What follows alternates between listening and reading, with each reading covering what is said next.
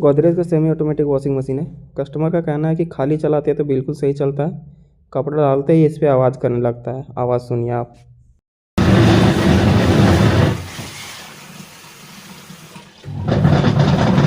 ऐसा आवाज़ आने का मतलब है कि इस वॉशिंग मशीन का गियर बॉक्स ख़राब हो गया है।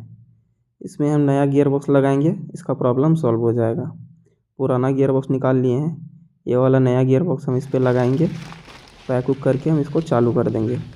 ये देखिए कितना स्मूथ चल रहा है, बिल्कुल भी आवाज़ नहीं कर रहा है।